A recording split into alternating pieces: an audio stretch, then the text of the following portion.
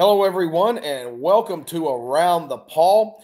Well, football season's over, basketball season's in full swing, and on this episode, we're going to be talking everything Tiger hoops.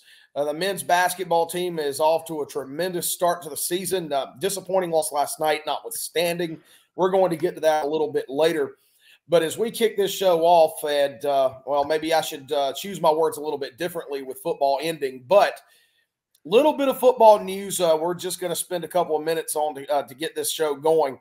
And that's the news breaking that Will Shipley, Clemson running back, the true junior, has declared or is going to declare for the NFL draft. He'll be departing after 3 seasons as a Tiger. And just want to get you guys' thoughts on that. As we were talking about this before we came on, that you hate to see Shipley go. He's a great player. But at the same time, I think there's a positive way you can look at this.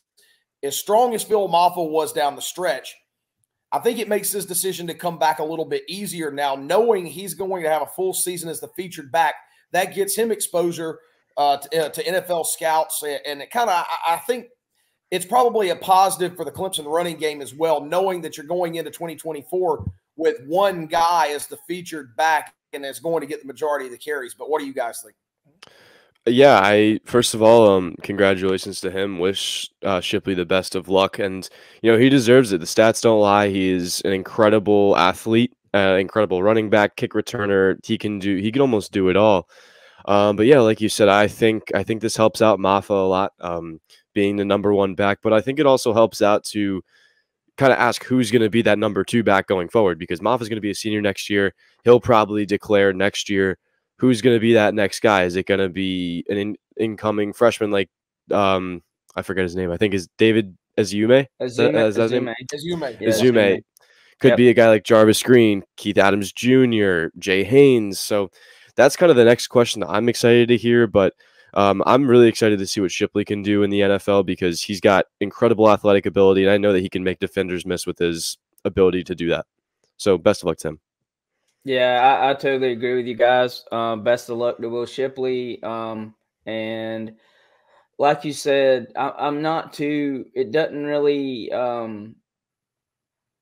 hurt too much that he's leaving, because we have such a big room, And I am excited to see who is going to step up and be that number 2 guy. Can Azume come in and be a difference maker and be that guy, And guys, I'll be perfectly honest with you.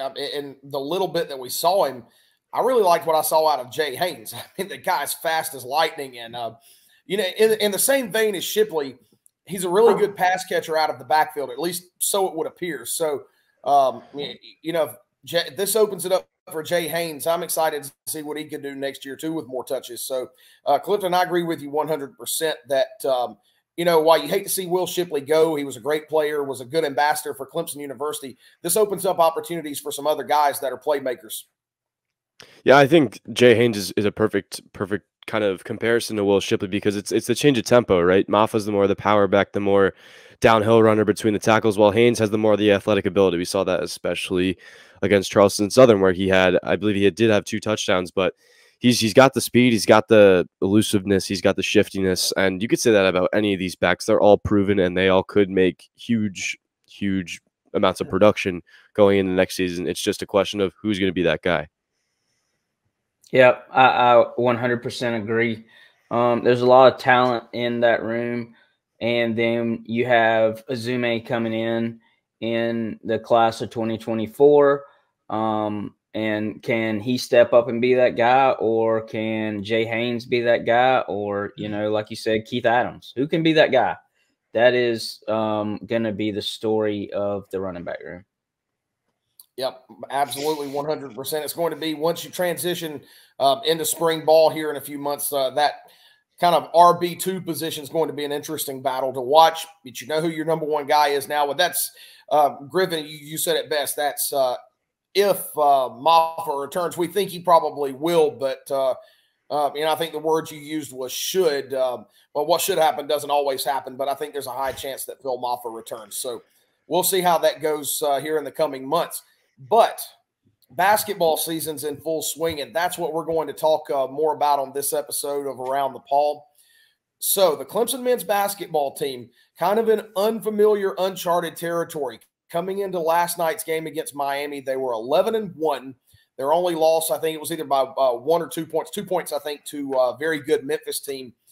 And ranked in the top 15, 16 in the country. So it's been a great start for the men's basketball team. And, I mean, guys, would you say that compared to what maybe the pundits and national experts thought coming into the season, has Brad Brownell's group, have they exceeded expectations to this point? They're 11-2 now.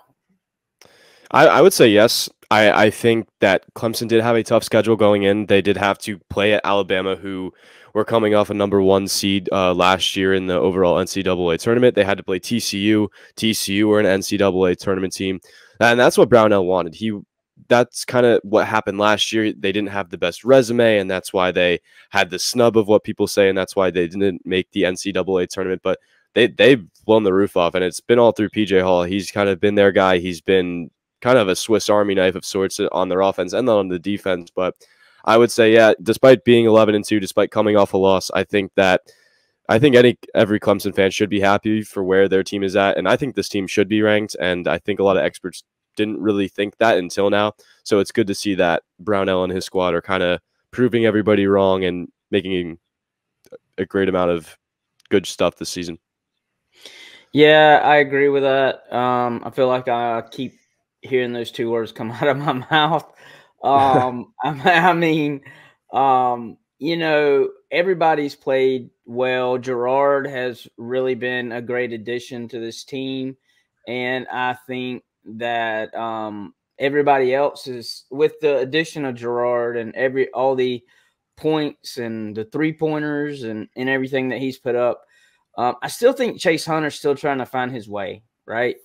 And trying to figure out where he fits in to this group, because he's been struggling. He's been the one low point of this team with this whole 11-2 start and this amazing start and beating all these great teams and stuff. But Chase Hunter's been still trying to find his way. But I don't I think he's going to find that in the next, couple of games, next series of games. So I'm confident that he'll find his way. Yeah, and look, guys, one thing that's really jumped off the page to me about this Clemson basketball team, and it's been something that's been a knock-on or a detraction from Brownell's program for really quite some time, is that Clemson basketball never has teams that can really stretch the floor and light it up from the outside. Teams that struggle to shoot from the perimeter, they're maybe too post-oriented, and that allows teams to really key more on one aspect of the Clemson offense, and it's easier to shut them down.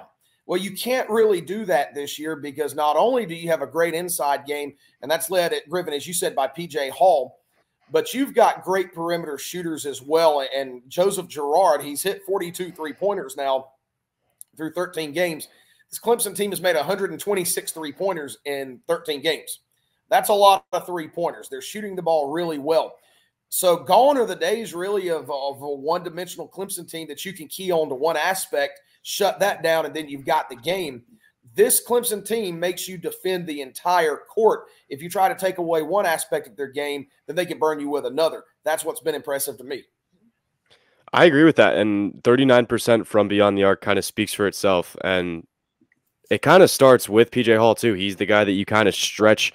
He's the kind of the stretch 4, stretch 5. And I think the addition of Girard was huge too. He's been able to sink threes. He's been able to kind of start these huge runs for Clemson. So I think they're a little bit more of a stretch the floor oriented type team than more of the post now, kind of running through Hall. But they know how to find ways to score no matter what, depending on the team that they play. And I think that's what makes them so dangerous. Yeah, you're talking about them being good at the 3-pointer. Last night during Miami, I mean, they were only 11 for 30. And that's less than 50%. Yeah. And that's less than probably, I don't know. I don't know the percentage on that because my math is not great, but it's less than probably, 45%, I would say. If they're going to shoot 33s, they need to make at least 15 to 17, maybe 23s. I think, Well, Clifton, to beat a guy like that. Well, here's the statistician in me coming out. 11 of 30 is 37%. So season average as a team, right at 40%, a little over 39, right at 40. So just slightly below the season average. But I think, look, if you were to ask the team, you take 33s, I'm sure they would tell you they were probably expecting to make more than that. But look, you talk again, we're going back to PJ Hall. He's the second leading three-point shooter on the team. He's at 22. He's shooting the three-pointer at just under a 38% clip. He's a modern big man. You look at the NBA today, and you see big men, 7-footer, 7'1", 72, that can step out and shoot the three. PJ Hall fits that mold, and it's for that reason he's going to get drafted after this season. And look, at the next level, I think he's going to make somebody very, very happy with what he can do. Right now, he's making Clemson fans and coaches very happy. I agree, and I think the modern NBA type center is a facilitator. He's not the bully ball type guy that's going to bully you in the post. He's going to be the guy that helps you from beyond the arc. He's going to be the guy that helps dish passes. He's going to be the guy that helps gets boards. He's a little bit of a do-it-all type thing compared to in the previous times where they might have just hung out in the post and just gone from there and collect rebounds. So I agree with that. I think PJ Hall is huge for an NBA team, and he continues to show that every game that he plays at the college level. Yeah, I'm gonna still talk about Gerard because I think he's gonna be a good NBA prospect too. I watched him while he was at Syracuse, and watching him over these last 13 games, and just seeing how he's come on and really been a guy that has put up some numbers for us, and that's something that we missed last year. So it's a good addition. Yeah, and look, guys, this Clemson team is deep as well. Looking at the stats, you've got 3 players averaging in double figures. PJ's averaging 20.2 points per game. Joe Girard at 15.8. Chase Hunter at 11.4 points per game. And again, as you said, maybe still finding his way a little bit, but he's been a big contributor. And look, let's talk about 2 other guys that really help complete this team. That's Ian Shefflin and Chauncey Wiggins, respectively averaging 8.5 and then 8.1 points per game. These are 2 very good players that, to me, Griffin, they complement guys like PJ Hall and Gerard and Hunter. I mean, it's a pretty complete team. Every team needs an Ian Shefflin, and he has been my favorite player to watch because of the unsung stuff that he does that doesn't go on the stat sheet. He grabs boards. I believe he is 3rd in the ACC in rebounds. He has 9.8 per game, and he's had a couple double-doubles throughout the season, which is huge. He just does everything you need. And you could say the same thing about Chauncey Wiggins, who I'm huge on. He's the youngest Clemson player in the starting lineup, which is huge. He's a sophomore. He's able to shoot the 3. He's able to come up big in huge moments. He led the team in scoring against South Carolina. And I know that the numbers kind of don't really show, once again, kind of like Shefflin, but all these guys in the Clemson starting lineup could have huge moments in games that could change it, which I think gives fans a lot more cushion with how they kind of look at the team, because there are so many players, even the bench, that can make huge plays and could spark runs and spark drives that I'm excited to see, and which ones kind of rise to the top come, February, March, and April, where, March Madness is among us. Yeah, Ian Shefflin is averaging, if I'm not mistaken, I heard this last night, over 10 rebounds a game. And he had one game where he had 17 rebounds. That is insane.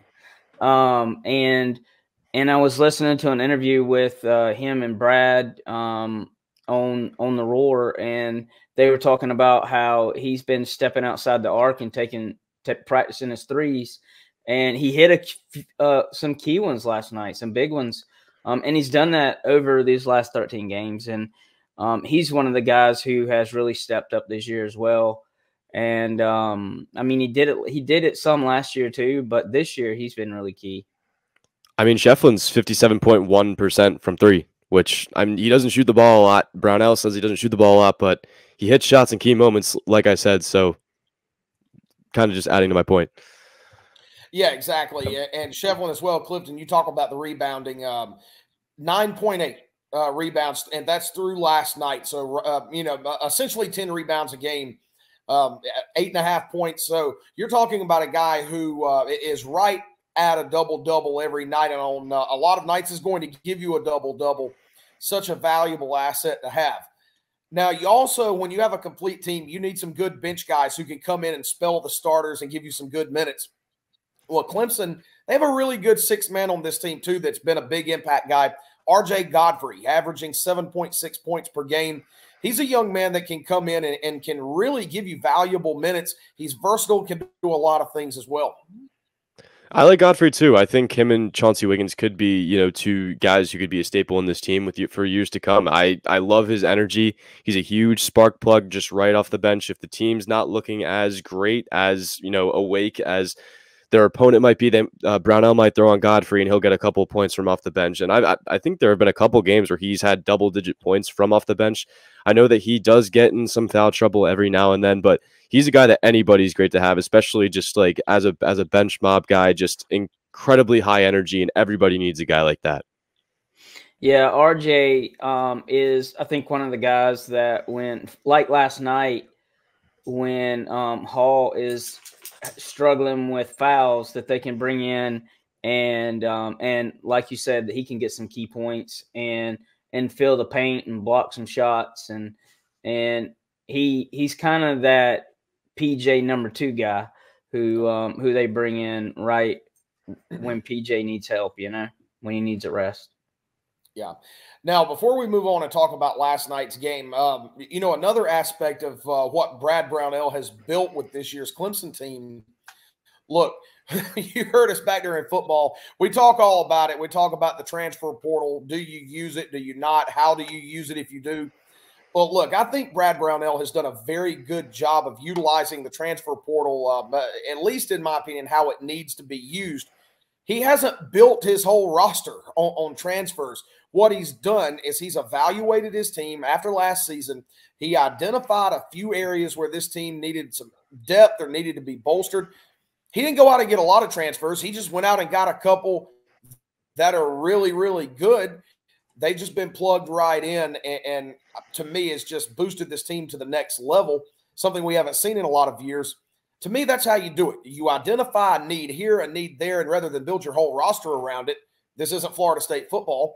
You just go get the guys that you need to plug into certain positions. Brad Brownell did that. I agree, and he kind of did the same thing. He centralized around guys like PJ Hall, like Chase Hunter, like Ian Shefflin, and he said, who could I build around this team? And he picked up Gerard, which is huge. Clemson needed a sharpshooter. Like last year, Brevin Galloway was that guy, and he was huge for Clemson. And they said, hey, why not add another guy from an ACC contender like Syracuse? And that he's just been huge throughout this course of the season. And you could say the same thing about NC State transfer Jack Clark. I know he has been hurt every now and then, but he's huge on the defensive side. He's just a huge piece that, paired with Shefflin for the games that I've seen, at least, he's been a solid guy, and with experience with the squad and playing minutes every now and then once he gets back from injury, he could be huge for Clemson as well. Yeah, I think Jack Clark's just got to get healthy, right? And and I think you'll see more of him once he's a lot more healthier. You're talking about last night's game. I talked a little bad about Chase Hunter and how he hadn't found his way, but last night he had 16 points. And Hunter, one up to you, buddy. You're getting there. And so yeah, talking about last night, it was just a struggle to when Miami went on a run, or when we needed points, we just couldn't get them. And then Miami would come back and hit some key shots. And last night they got some people who haven't been contributing to actually step up and score some points for them last night. And I don't think we were really expecting that, Well, when I look at that game, again, it started out very well for Clemson, and you think, well, maybe you're on your way to improving your record to 12-1. The Tigers led 41-35 at halftime. And look, Miami's a good basketball team. They're 11-2 as well, same record as Clemson. Yeah.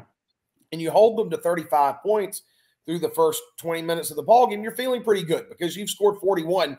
You're hitting shots. Well, Miami comes out in the second half and scores 60. And look, 20 minutes, it's hard to score 60 points in 20 minutes. That was every bit an offensive explosion. And look, credit to Miami. They hit the shots, they made plays, but I would venture to say that most teams you play aren't going to score 60 points in a half very often. And here's the funny thing. Only 5 players scored on that Miami team. Those were all the starters. Miami didn't have a bench point, which I just noticed came that. to show. I just noticed that. One of I think a big thing was the loss into guys like Jack Clark, like Alex Hemingway, who kind of are more defensive minded, but they do know how to play offensively. But I think that Clemson also just missed key shots while Miami was pouring in points. I would probably give South Carolina as a prime example when, Carolina's Michie Johnson hit a 3, Joe Girard hit a 3, and just completely stopped that whole movement and that whole run. Clemson just really didn't have that in the key moments that mattered, and that's why Miami began to pull away, and that's how you saw the result that came out last night. Yeah, I think I just found the stat that that if we could have at least maintained or at least held them down on a little bit is fast break points. They beat us 15-4 in fast break points, and I think that's what really hurt us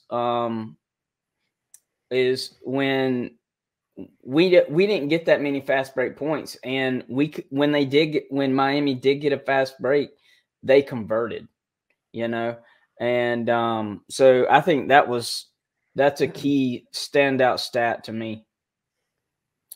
Yeah, and again, I look at the game, like I said, Clemson scores 41 points in the first half. They scored 41 points in the second half. Offense was very consistent. It's just Miami got really hot. They made shots. Clifton, you pointed out transition points. But the fact remains, offense wasn't the problem last night. Miami got hot. Maybe some defensive lapses doomed you in the second half. But the fact remains that this Clemson team and they continued to fill it up last night on offense. Now, speaking of filling it up, that's why you need to go check out our friends at Ardens Burger Grill, our great sponsor here at Around the Paul. They're located at 1280 18 Mile Road Central, and they're your one-stop shop for all of your game day needs, and that includes all of the basketball action at Clemson. So go see Ardens Burger Grill. Our friends will help you out and get you one of their mouth-watering burgers, sizzling grills, and especially their double-dipped wings. It's guaranteed to fill it up every single time. It'll fill up your belly instead of the net, but that works just as well. So go see our friends at Ardens Burger Grill, 1280 18 Mile Road Central, and that is a 3-point basket that you can count on. So thank them for all that they do for us here at Around the Paul. For sure. Now, guys, love them. Look, yeah, absolutely. Clifton, you and I might just have to go over there on Saturday because we're going to be over that way. Speaking of Saturday, no rest for the weary because there's a big game coming up at Little John Coliseum at high noon. The North Carolina Tar Heels, the number 9 ranked team in the country, they're coming to town. This is a big test, and I think this is a really good measuring stick for this Clemson basketball team because you're talking about a North Carolina team that is strong on all levels. They can score, they can shoot, they play defense. They're ranked number 9. They've had some big-time top 10 wins. This is a dangerous team, and it's a team you've got to show up and play your A game. Yeah, I think the biggest thing that North Carolina have is that they're a battle-tested schedule. They have played games against UConn. They've played against teams like Kentucky, Villanova, Arkansas, Tennessee. The list goes on, and it starts in the front court with Armando Bacot. I think that's going to be the matchup to watch. PJ Hall against Armando Bacot. Bacot leads the conference in rebounds. He was the ACC preseason player of the year. But there are so many pieces on this North Carolina team that can score, that can cause problems for Clemson. But I think the biggest thing is that Clemson's back at home, and they have an incredible record at home. They do a great job, especially last season, of kind of drown out the noise and kind of just focus on their play. And the students are coming back next weekend. So that could be interesting to follow, but it should be an incredible atmosphere. I won't be there. I'll be watching about 500 miles away, but it should be a fun one for sure. Yeah, it's gonna be a fun game. Garrett, I hate to say this, but I had a scheduling conflict with my daughter, so I don't think I'm going to be able to make it. So it might just be, it's going to be you and a photographer. So, all right. yeah, I was going to tell you that, but I hadn't had a chance to tell you that yet. But yeah, that game's going to be really good. Yeah, I know. It's going to be really good, and it's going to be a good game. So I'm excited to see how we can do at home. You know, I think the home field advantage or home court advantage is really going to be big for us. Yeah. Right. And Griffin, you hit the nail on the head. To me, I think a tipping point in this ball game is the matchup between PJ Hall and Armando Bacot. And more than that, one thing that really drives this North Carolina team is their experience.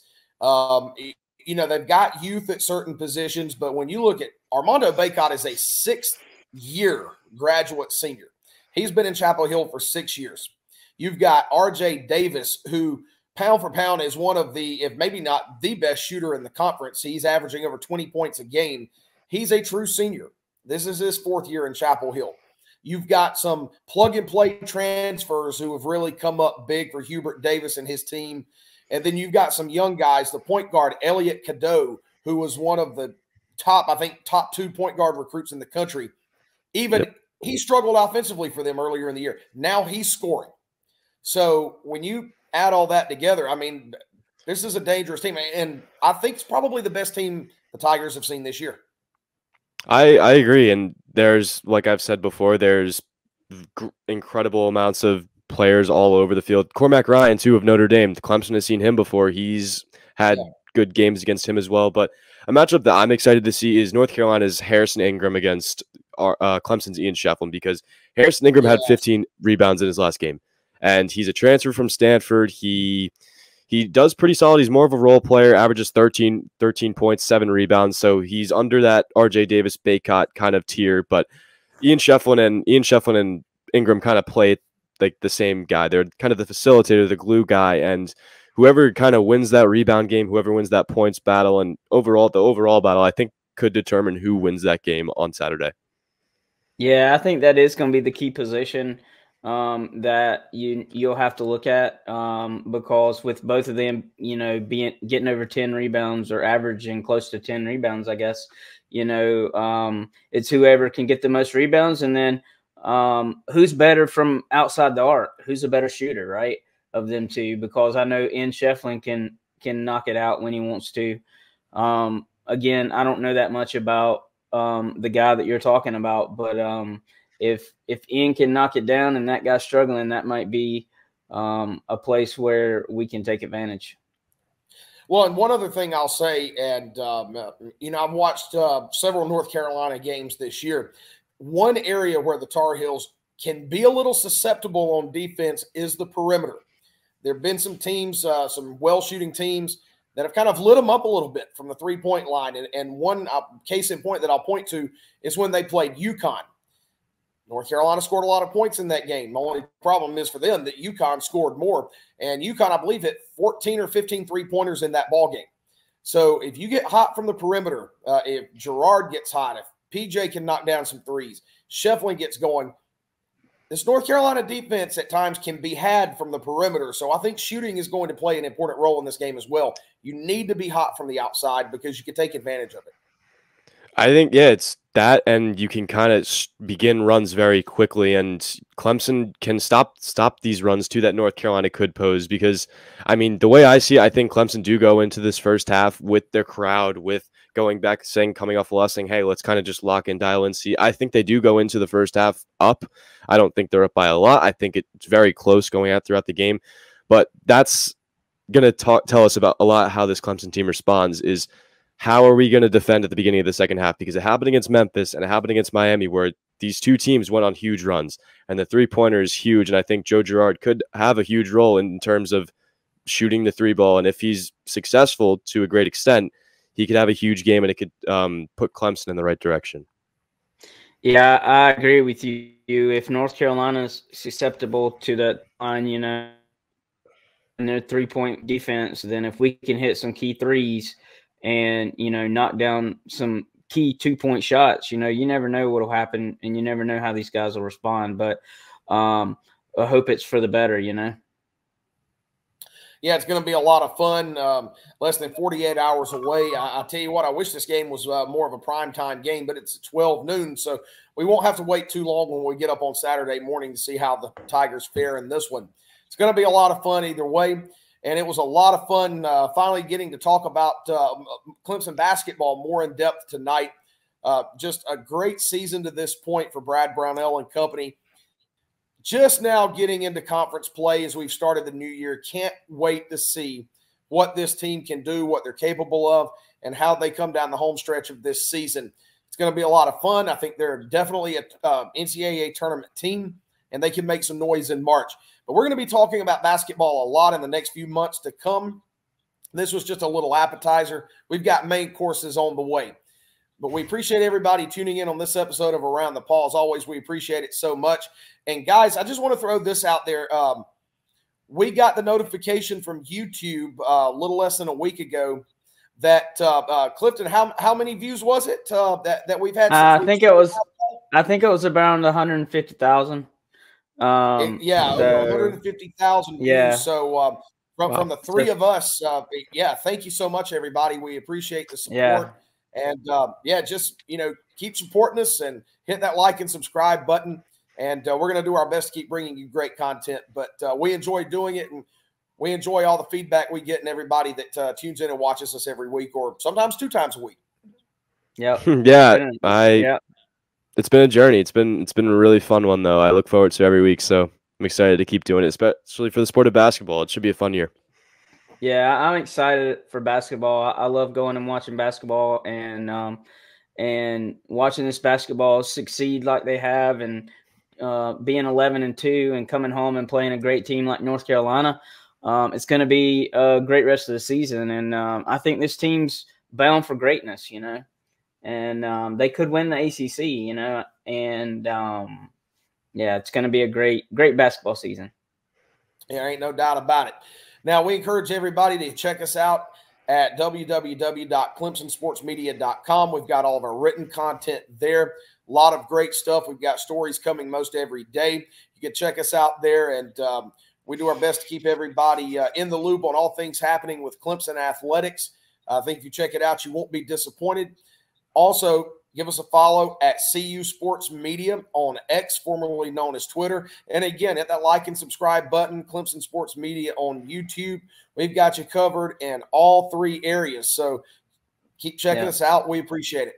That's going to do it for this episode. Don't forget about Instagram. Sorry, I didn't mean to butt in. Oh, Instagram. Don't forget about Instagram, and it's the same handle. So we saturate the market. That's what we do. That's the way we want it. Yeah. It's all right down here. Yeah, absolutely. So, just look at the ribbon right across the bottom, and I tell you what, it can tell you a lot better than I ever could. So, look, we appreciate everybody tuning into this episode of Around the Paw. Everybody out there, we appreciate you. Appreciate you, Griffin and Clifton. Big basketball game on Saturday. We'll be back next week to talk about it. But until then, so long, and go Tigers. Go Tigers. Go Tigers.